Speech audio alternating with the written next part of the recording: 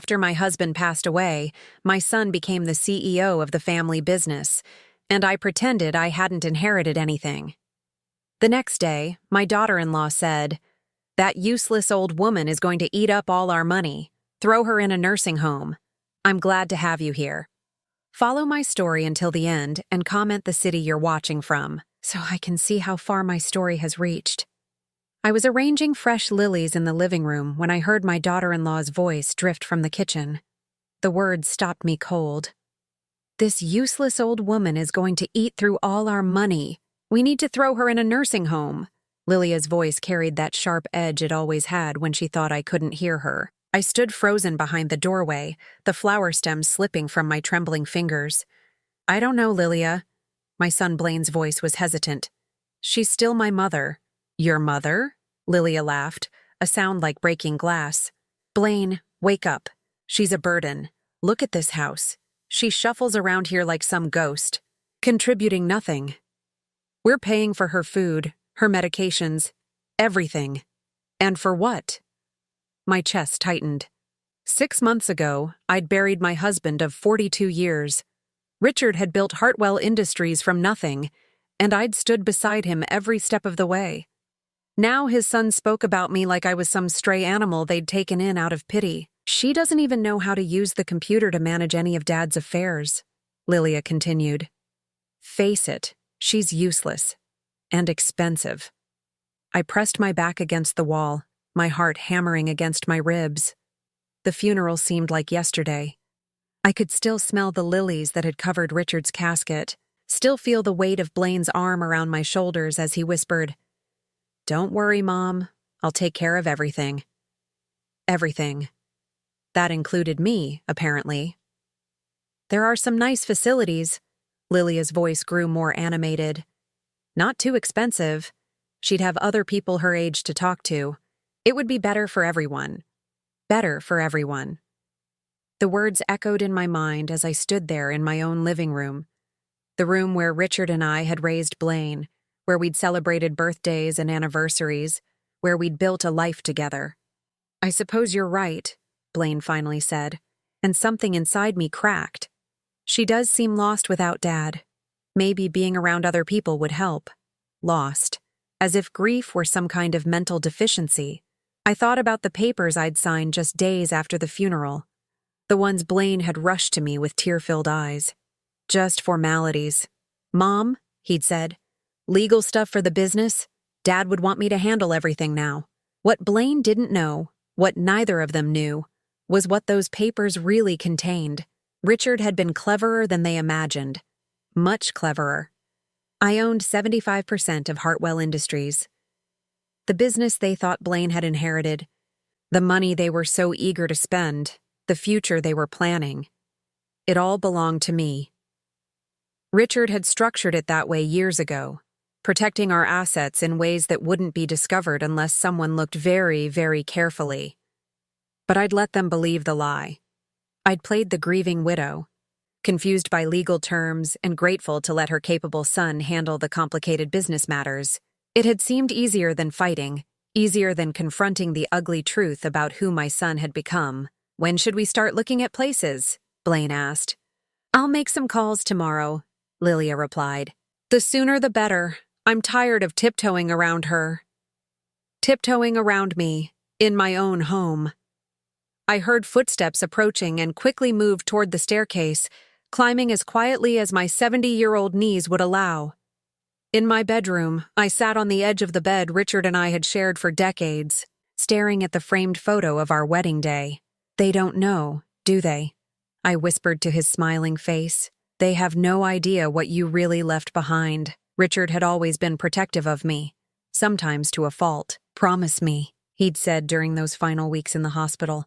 "If something happens to me, if Blaine ever treats you poorly, you'll use what I'm leaving you. Don't let anyone push you around, Sloane." I'd promised, but I'd never imagined I'd need to keep that promise so soon.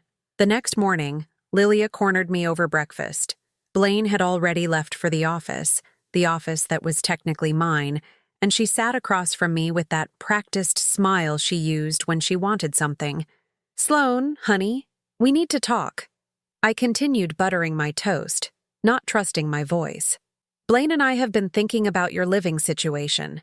We know how lonely you must be in this big house. Lonely, as if the house itself were the problem, not the fact that my own family treated me like an unwelcome stranger. We found some lovely senior communities, places where you'd have activities, people your own age. You might actually enjoy it. I looked up at her then, really looked at her.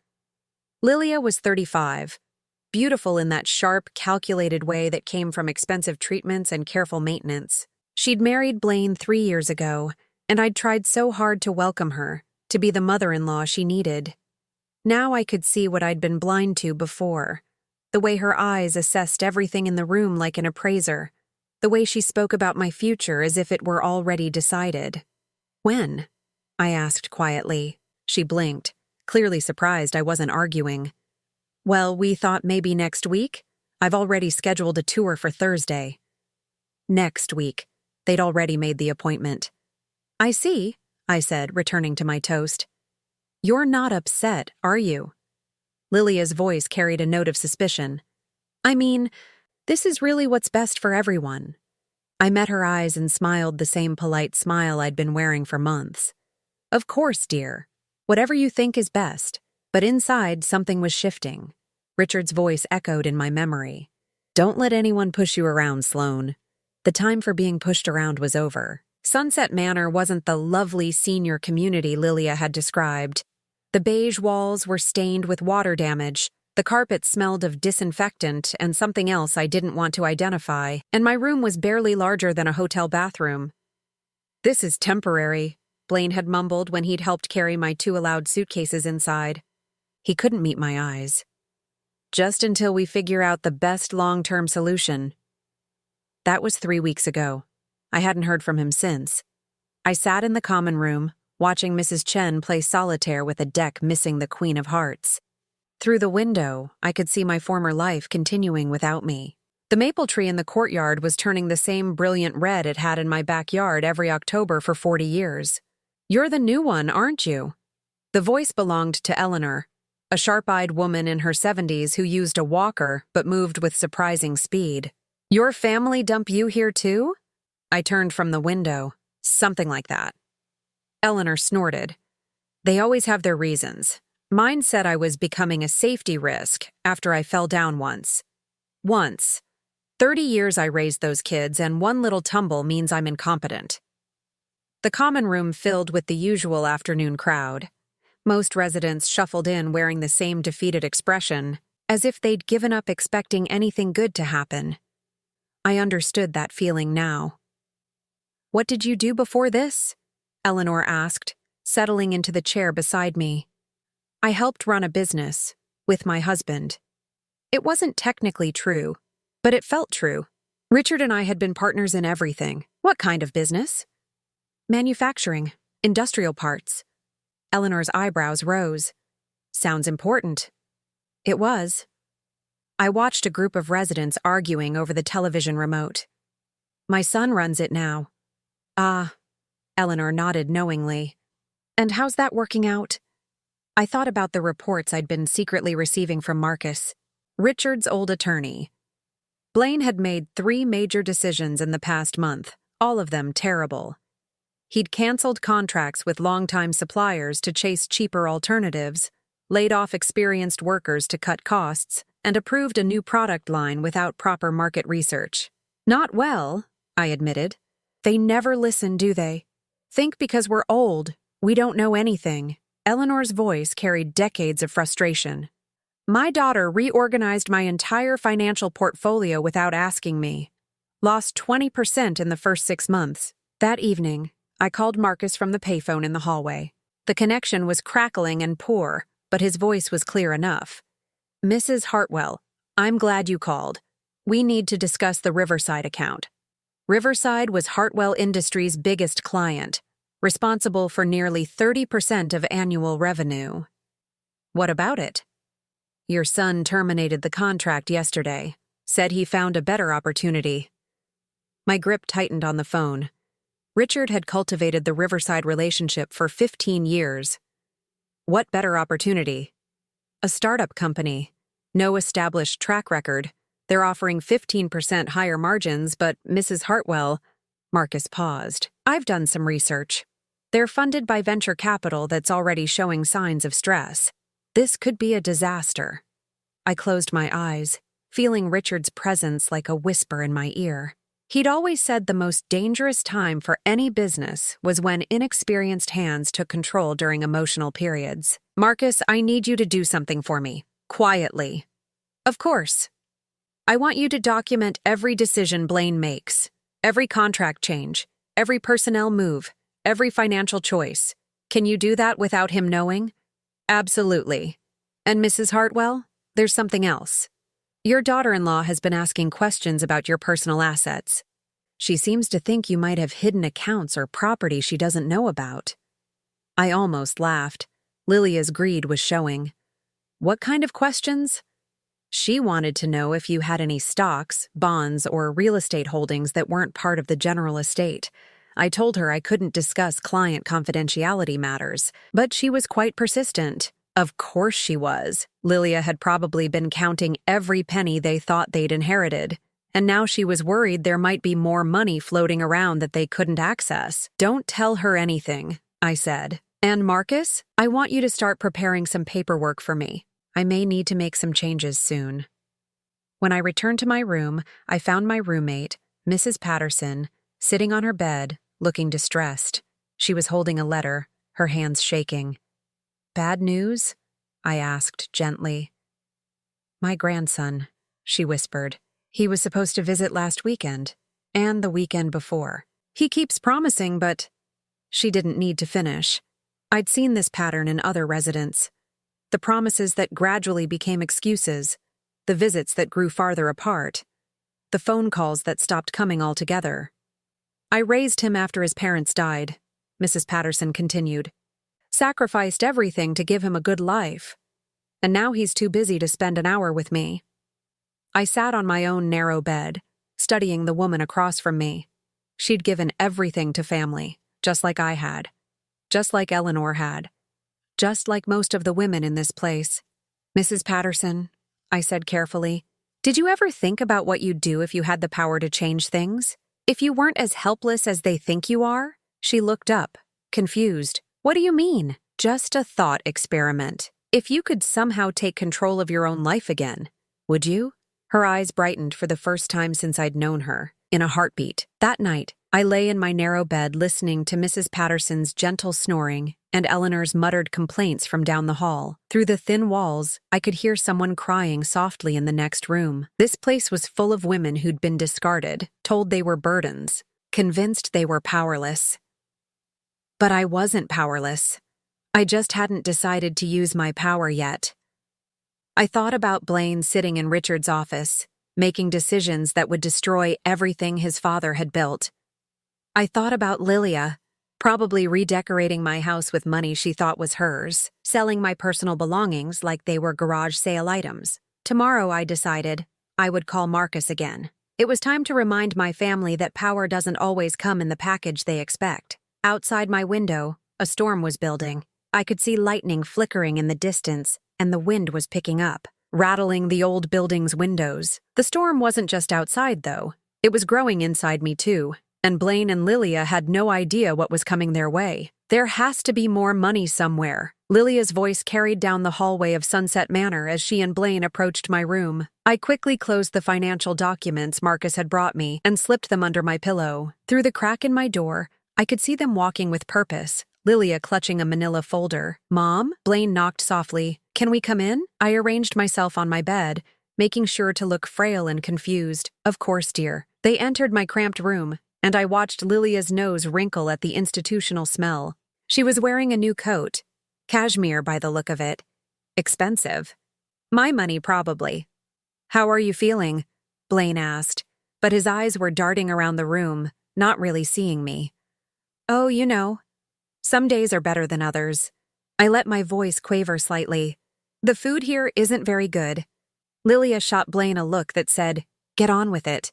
She was never good at hiding her impatience. Mom, we need to ask you about some financial matters, Blaine said, settling into the room's single chair. When Dad died, there were some inconsistencies in the paperwork. I blinked slowly, playing confused. What kind of inconsistencies?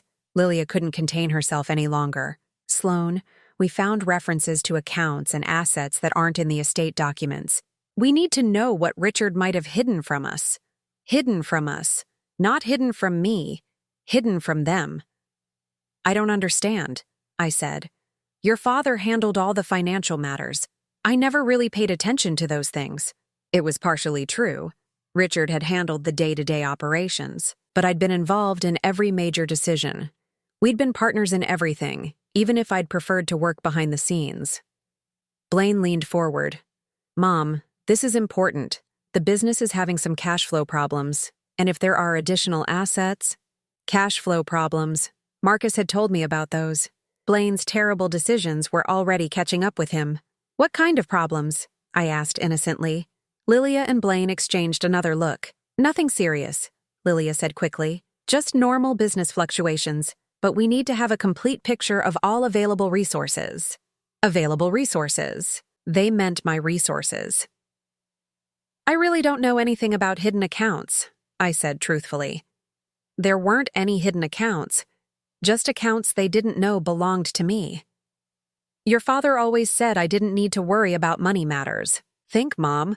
Blaine's voice carried a note of desperation. Did he ever mention offshore accounts? Investment properties? Stocks in other companies? I studied my son's face. The stress was showing. Dark circles under his eyes. A nervous tic I remembered from his childhood when he'd done something wrong. The weight of running a company he didn't understand was crushing him. Part of me felt sorry for him. But then I remembered the conversation I'd overheard. The dismissive way they'd discussed putting me somewhere with other people my age, and my sympathy evaporated. There might be some old papers in the house, I said slowly, in your father's study, but I'm not sure what they mean. Lilia's eyes lit up. What kind of papers? Investment statements, I think. Some legal documents. They're in the filing cabinet behind his desk. It was true, though the documents they'd find wouldn't tell them what they wanted to know. Richard had been careful to keep certain information in very specific places, accessible only to people who knew exactly what to look for. We'll check those, Blaine said, standing up. Is there anything else you can remember? I let myself look tired and overwhelmed. I'm sorry. Sometimes my memory isn't what it used to be. Another partial truth. My memory was fine, but grief and stress had made me more forgetful about small things. About the important things, like who owned what and where Richard had hidden our real assets, my mind was crystal clear. After they left, I waited 20 minutes before calling Marcus from the hallway phone. They're getting desperate, I told him. How bad are things at the company? Worse than I thought. The Riverside contract cancellation has triggered a chain reaction. 2 other major clients are reconsidering their relationships with Hartwell Industries. Your son is scrambling to cover operating expenses. I closed my eyes. Richard had built that company over 30 years. Watching Blaine destroy it in a matter of months was like watching someone tear down a cathedral brick by brick. There's something else, Marcus continued. Your daughter-in-law hired a private investigator to look into your background, specifically, your financial background. My grip tightened on the phone. What kind of investigation? They're looking for hidden assets, undisclosed investments, anything that might not have been included in the probate documents. She's convinced you're hiding money from them. The irony was almost funny. They were looking for hidden money when the money they thought they had wasn't really theirs to begin with. Marcus, I need you to accelerate our timeline. How quickly can you prepare the documents we discussed? I can have everything ready by Friday. Are you sure you want to do this? I thought about my cramped room, about Mrs. Patterson crying over her grandson's broken promises, about Eleanor's daughter stealing her money, about the way Lilia had looked at me like I was garbage cluttering up her perfect life. I'm sure. That afternoon, I was sitting in the common room when Eleanor approached with a newspaper in her hand. Thought you might want to see this, she said, spreading the business section on the table between us. The headline made my stomach drop. Local manufacturing company faces major layoffs. The article was about Hartwell Industries. According to sources close to the company, I read aloud, Hartwell Industries has lost several major contracts in recent months, forcing management to consider significant workforce reductions. The company, which has been family-owned for over 30 years, is struggling to adapt to changing market conditions under new leadership. New leadership. They meant Blaine. "That your son's company?" Eleanor asked. I nodded, unable to speak. "Sounds like he's in over his head." I thought about all the employees who'd worked for Richard for years, people I'd known personally, families who depended on their Hartwell Industries paychecks. Blaine wasn't just destroying his father's legacy. He was destroying real people's lives. "Eleanor," I said suddenly, "what would you do if you had the power to stop something terrible from happening, but using that power would hurt someone you love?" She looked at me shrewdly. "Depends on how much hurt we're talking about. Sometimes the people we love need to face consequences for their actions. Sometimes that's the only way they learn." That evening, Mrs. Patterson showed me a photo her grandson had finally sent. A picture of his new car, a BMW. Very expensive. "He said he's been too busy with work to visit," she said proudly. "But he's doing so well for himself." I stared at the photo, remembering Lilia's new coat, thinking about all the ways money could corrupt people, make them forget what really mattered. My grandson had bought a car instead of visiting his grandmother who'd raised him. My son had inherited a thriving business and was running it into the ground. My daughter-in-law was hunting for more money to spend while I ate cafeteria food in a nursing home. The time for protecting people from consequences was over. I went to bed that night with my mind made up. Friday couldn't come soon enough. The phone call came at 6 in the morning. I was already awake, sitting by my window watching the sunrise, when the payphone in the hallway began ringing insistently. Most residents ignored early calls, assuming they were wrong numbers or emergencies meant for someone else. But I knew this call was for me. "Mrs. Hartwell?" Marcus's voice was tense. "I'm sorry to call so early, but we have a situation." "How bad?" "Your son is filing for emergency bankruptcy protection. The company is hemorrhaging money faster than anyone anticipated. He's desperate." I closed my eyes, feeling a familiar mix of sorrow and vindication. Richard had always said that pride comes before the fall, and Blaine's pride had been enormous. What triggered it? The Johnson contract. You remember Johnson Manufacturing? They've been with Hartwell for 15 years. Your son tried to renegotiate their terms, demanding a 20% price increase. They walked away yesterday and signed with a competitor. Johnson Manufacturing represented 12% of Hartwell's annual revenue. Combined with the Riverside loss and the other canceled contracts, Blaine had managed to lose nearly half the company's income in 2 months. "There's more," Marcus continued. "Your daughter-in-law has been liquidating personal assets. The house is going on the market today. My house. The house where I'd raised Blaine, where Richard and I had celebrated 42 anniversaries, where I'd planned to live out my remaining years surrounded by memories. She can't sell my house," I said, though even as I spoke the words I knew she could. Legally, it wasn't my house anymore. I'd signed it over to Blaine after the funeral, trusting him to let me live there as long as I wanted. Trust. Such a fragile thing. "Actually, she can," Marcus said gently. "According to the documents you signed, the house belongs to Blaine now, and since he's married, Lilia has equal rights to make decisions about it." I thought about all my belongings still inside. Photo albums, Richard's books, my grandmother's china, 42 years of accumulated memories. Things that couldn't be replaced. What about my personal items? "I'm afraid they're considered part of the household assets now, unless you can prove specific items were gifts or have sentimental value that predates the marriage." He didn't need to finish. Proving sentimental value in court would be expensive and time-consuming, and I was supposed to be a confused old woman with no money. "Are they moving forward with the sale immediately?" "The realtor is taking photos this afternoon. They're pricing it to sell quickly." I hung up the phone and stood in the hallway for a long moment, letting the reality sink in. My son was destroying everything his father had built, and my daughter-in-law was selling my memories to pay for their mistakes. The anger that rose in my chest was white-hot and clean. I called Blaine's office, knowing he'd be there early, probably staring at spreadsheets and wondering how everything had gone so wrong so quickly. Mom? His voice was exhausted. How did you get this number? I called the main line and asked for you. Simple truth. Blaine, I heard about the company. Are you all right? A long pause. Who told you about the company? It's in the newspaper, dear.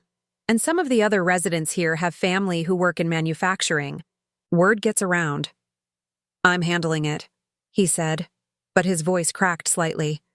It's just a temporary setback. Blaine. I let my voice carry all the authority I'd learned over 40 years of partnership with his father. Bankruptcy protection isn't temporary. It's admitting defeat. You don't understand business. Mom, this is just a strategic reorganization. The condescension in his tone sparked something dangerous in me. Richard would have been ashamed of the man his son had become.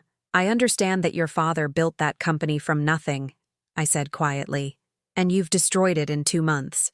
That's not fair. What's not fair is watching you throw away 30 years of work because you're too proud to admit you don't know what you're doing. Silence on the other end. Blaine, I need to ask you something and I want an honest answer. Are you selling my house? Another pause, longer this time. Mom, we need the capital. The house is just sitting there, and with your medical expenses and the nursing home costs, my medical expenses, my voice rose. What medical expenses? I take 2 prescription medications that cost less than $50 a month. Well, the nursing home you chose, the nursing home you put me in so I wouldn't be inconvenient anymore. That's not why. Then why, Blaine? Why exactly did you put your mother in this place? The silence stretched between us, filled with all the words he couldn't say. Because Lilia wanted me gone. Because I was a reminder of their failure to honor his father's memory. Because it was easier to hide me away than deal with the guilt of how they'd treated me. The house has to be sold, he said finally. I'm sorry. I hung up without saying goodbye. That afternoon, I sat in the common room with Eleanor and Mrs. Patterson, watching a game show on the television. But my mind was elsewhere, calculating and planning. You're thinking hard about something, Eleanor observed. Want to share? I looked at these 2 women, smart, experienced, reduced to watching television in a place that smelled like disinfectant and despair. Women who'd given their lives to family members who'd discarded them the moment they became inconvenient. What if I told you there was a way to take back some control? I said quietly. Not just for me, but for all of us. Mrs. Patterson muted the television. What do you mean? I mean, what if the people who put us here had to face real consequences for their actions? What if they discovered that we're not as powerless as they think? Eleanor's eyes sharpened. Go on. Some of us in this place aren't as helpless as our families believe. Some of us have resources they don't know about, power they've forgotten we have. I thought about the documents Marcus was preparing, about the bomb I was about to drop on Blaine and Lilia's carefully constructed life. Are you talking about fighting back?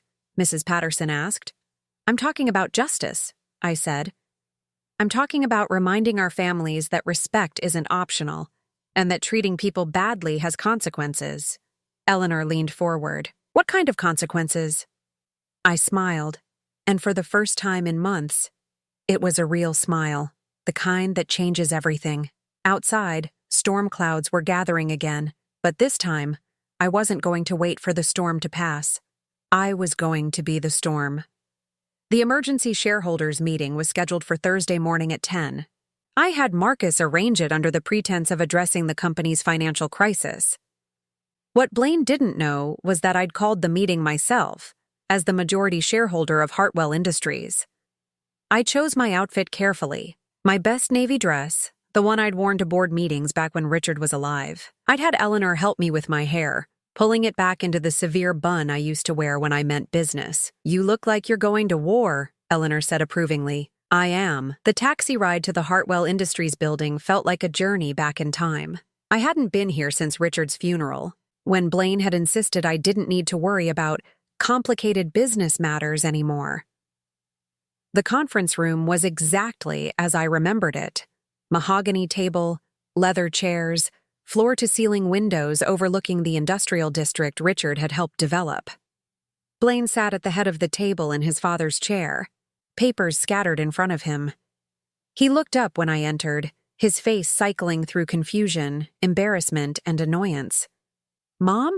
What are you doing here?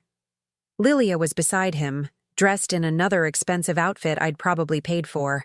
Her perfectly manicured nails tapped impatiently on the table. This is a business meeting, Sloane, she said coldly. Not a social visit. I took the seat at the opposite end of the table, my usual spot from the old days. Marcus entered behind me, carrying a leather briefcase that made Lilia's eyes narrow with suspicion. Blaine, I said calmly. I called this meeting. He blinked. You called it? Mom, you're not… He stopped, seeming to realize how that sentence would sound. I'm not what? Not part of this company? I folded my hands on the table. Marcus, would you please explain to my son exactly what his mother's role in Hartwell Industries is? Marcus opened his briefcase and withdrew a thick stack of documents. Mrs. Sloane Hartwell owns 75% of Hartwell Industries Inc. She has been the majority shareholder since the company's incorporation in 1987. The silence that followed was absolute. Blaine's mouth opened and closed like a fish gasping for air. Lilia went completely still, her face draining of color. That's impossible, Blaine finally managed. Dad left the company to me. I saw the will. The will left you 25% ownership and operational control, Marcus continued, his voice professionally neutral. However, your father structured the ownership to protect your mother's interests. She has always held the controlling stake. I watched my son process this information, saw the exact moment when the implications hit him. Every decision he'd made, every contract he'd canceled, every employee he'd fired, all of it had been done with my property. You knew? Lilia's voice was barely a whisper. All this time you knew? I knew, I said simply. Just like I knew when you decided to put me in a nursing home. Just like I knew when you sold my personal belongings. Just like I knew when you put my house on the market. Blaine found his voice. Mom, if you owned the company, why didn't you say something? Why let me… Destroy it? I finished. Because I wanted to see what kind of man you'd become without your father's guidance. I wanted to see if you'd earned the right to run his company. The weight of that statement settled over the room like a shroud. And what's your assessment? Lilia asked, her lawyer instincts kicking in despite her shock. I looked at my son. Really looked at him. The boy I'd raised. The young man who'd graduated with honors, the husband and father who should have been everything Richard and I had dreamed he'd become. My assessment is that you've failed. Completely. Blaine flinched as if I'd slapped him. In 2 months, you've lost 40% of this company's revenue. You've laid off 37 employees, many of whom worked for your father for over a decade. You've made decisions based on spreadsheets instead of relationships, on quick profits instead of long-term stability. I stood up, walking to the window that overlooked the factory floor. But the business failures aren't what disappoint me most. Then what? Blaine's voice was small. I turned back to face them. What disappoints me is that you put your own mother in a substandard nursing home and sold her house to cover your mistakes. What disappoints me is that you convinced yourself I was a burden instead of a resource. What disappoints me is that you forgot every value your father tried to teach you about family and loyalty and respect. Lilia straightened in her chair, her composure returning. What do you want, Sloane? Money? An apology? What's this really about? This is about consequences, I said. Blaine, you're fired. Effective immediately. He shot to his feet. You can't fire me. This is my inheritance. No, I said calmly. This is my company. Your inheritance was the opportunity to prove yourself worthy of running it. You've proven the opposite. Marcus placed a document in front of me. Mrs. Hartwell, this removes Blaine Hartwell from all operational roles within the company. Effective immediately. Your signature is required. I signed my name with steady hands. What about the bankruptcy filing? Lilia demanded. Will be withdrawn. I'm injecting capital to stabilize operations. I looked at Blaine, whose face had gone ashen. The company will survive, under new management. Mom, please, Blaine said, his voice breaking. I made mistakes, but I can learn. I can do better. For a moment, I wavered. He was still my son. I still loved him, despite everything. But then I thought about Mrs. Patterson, crying over her grandson's empty promises. I thought about Eleanor, whose daughter had stolen her money. I thought about all the women at Sunset Manor who'd been discarded by families they'd sacrificed everything for. You had your chance, Blaine. You chose to see me as a burden instead of asking for my help. You chose to hide me away instead of honoring me. Those weren't business decisions. They were character decisions. And character can't be taught to a 40-year-old man. I gathered my purse and stood. Marcus will handle the transition details. I trust you can see yourselves out. As I reached the door, Lilia's voice stopped me. This is cruel, Sloane. He's your son. I turned back one last time. Yes, he is. And if I don't hold him accountable for his actions, who will? Sometimes love means letting people face the consequences of their choices. I left them sitting in that conference room, surrounded by the wreckage of their assumptions about power and control, and who really owned what. Outside, the taxi was waiting to take me back to Sunset Manor, but not for long. I had some phone calls to make. 6 months later, I stood in the kitchen of my new home, watching the morning light stream through windows that actually opened. The house was smaller than the one Lilia had sold, a comfortable ranch-style place with a garden where I could grow the tomatoes Richard and I used to tend together. The coffee was brewing when my doorbell rang. Through the peephole, I could see Eleanor holding a covered dish. "Thought you might like some of my famous coffee cake," she said when I opened the door. Mrs. Patterson helped with the recipe. Eleanor had been the first to move out of Sunset Manor after I'd purchased a small apartment building downtown and converted it into affordable senior housing. Real senior housing, with dignity and respect and activities that actually mattered to the residents. "How is Mrs. Patterson settling in?" I asked, leading Eleanor to my bright, airy kitchen. "Oh, she loves her new place. And guess what? Her grandson finally visited. Seems like having his grandmother living somewhere respectable made it easier for him to face her." I poured coffee into china cups, my grandmother's set, which I'd managed to retrieve from storage before Lilia could sell it. "Any word from Blaine?" Eleanor asked gently. I'd been expecting this question. In the 6 months since I'd reclaimed control of my life, my son had called exactly 3 times. The first call was angry, threats about legal action that his lawyer had quickly advised him to drop. The second was bargaining, promises to do better if I'd just give him another chance. The third, just last week, had been different. "He called to tell me he got a job," I said.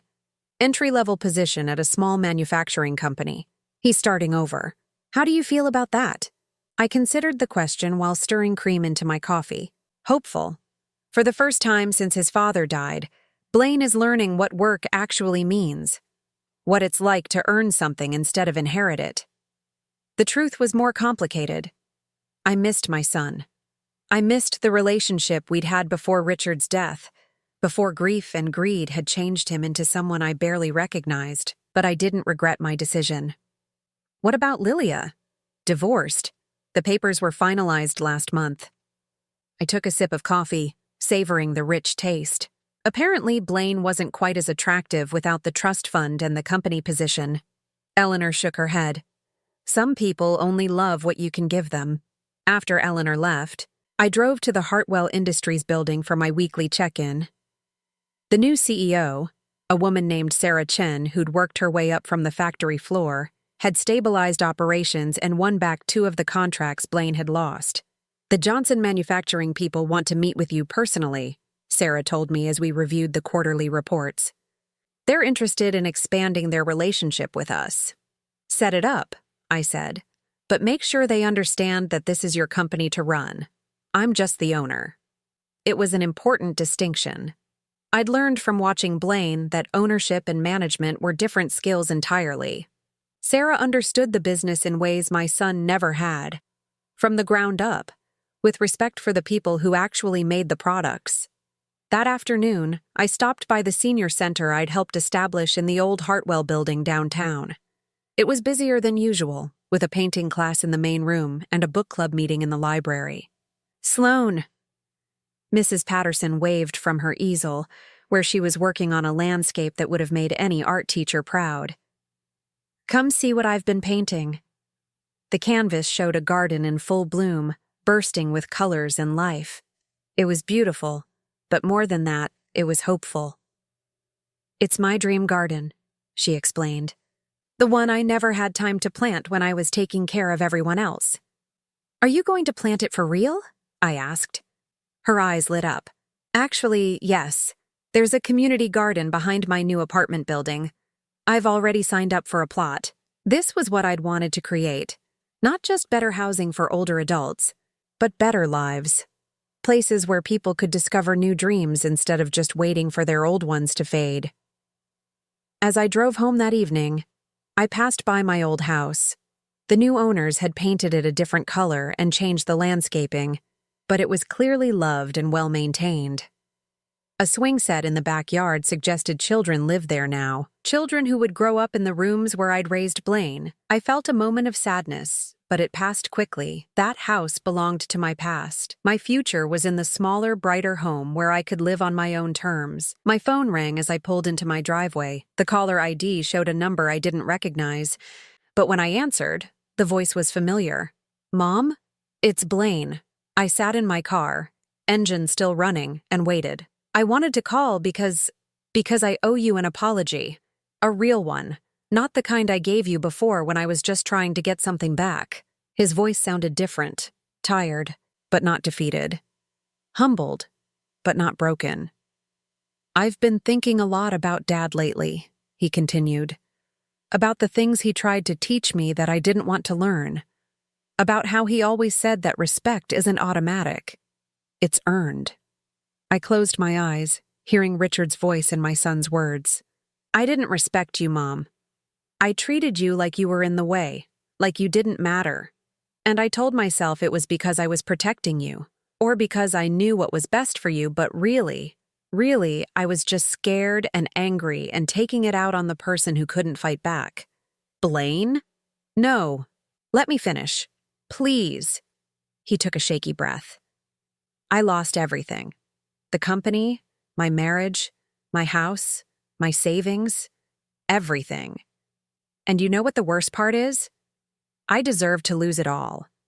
Not because of the business mistakes, but because of how I treated you."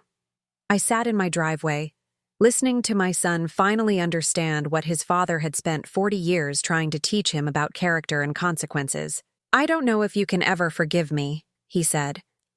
"I don't know if I deserve forgiveness. But I wanted you to know that I understand now. I understand what I lost, and I understand why you did what you did." "Blaine," I said softly, "I never stopped loving you, even when I couldn't respect your choices. I never stopped being your mother. Could we maybe have dinner sometime? Nothing fancy, just, I'd like to try to earn back the right to be your son again." I looked at my house, small, comfortable, mine, and thought about the life I'd built from the ashes of the one that had been taken from me. "I'd like that," I said, "but Blaine, you'll need to earn it. This isn't about forgiveness. It's about rebuilding trust, and trust takes time." "I understand. I have time. And Mom, I'm proud of what you've built. The senior center, the housing project, the way you saved the company. Dad would be proud too." After we hung up, I sat in my car for a few more minutes, watching the sunset paint my little house in golden light. Tomorrow, I would tend my garden and check on my tenants and meet with my managers. I would live a life built on my own choices, my own values, my own definition of what mattered. I thought about the woman I'd been 6 months ago, confused, discarded, supposedly powerless. That woman was gone, replaced by someone who understood that power isn't about control over others, but about control over your own destiny. Some storms destroy everything in their path, but sometimes, if you're strong enough to weather them, they clear away everything that was holding you back and leave you free to build something better. I got out of my car and walked toward my front door, toward my new life, toward the future I'd chosen for myself. Behind me, the storm clouds were finally gone.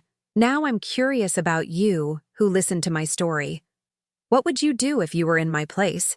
Have you ever been through something similar? Comment below, and meanwhile I'm leaving on the final screen 2 other stories that are channel favorites, and they will definitely surprise you. Thank you for watching until here.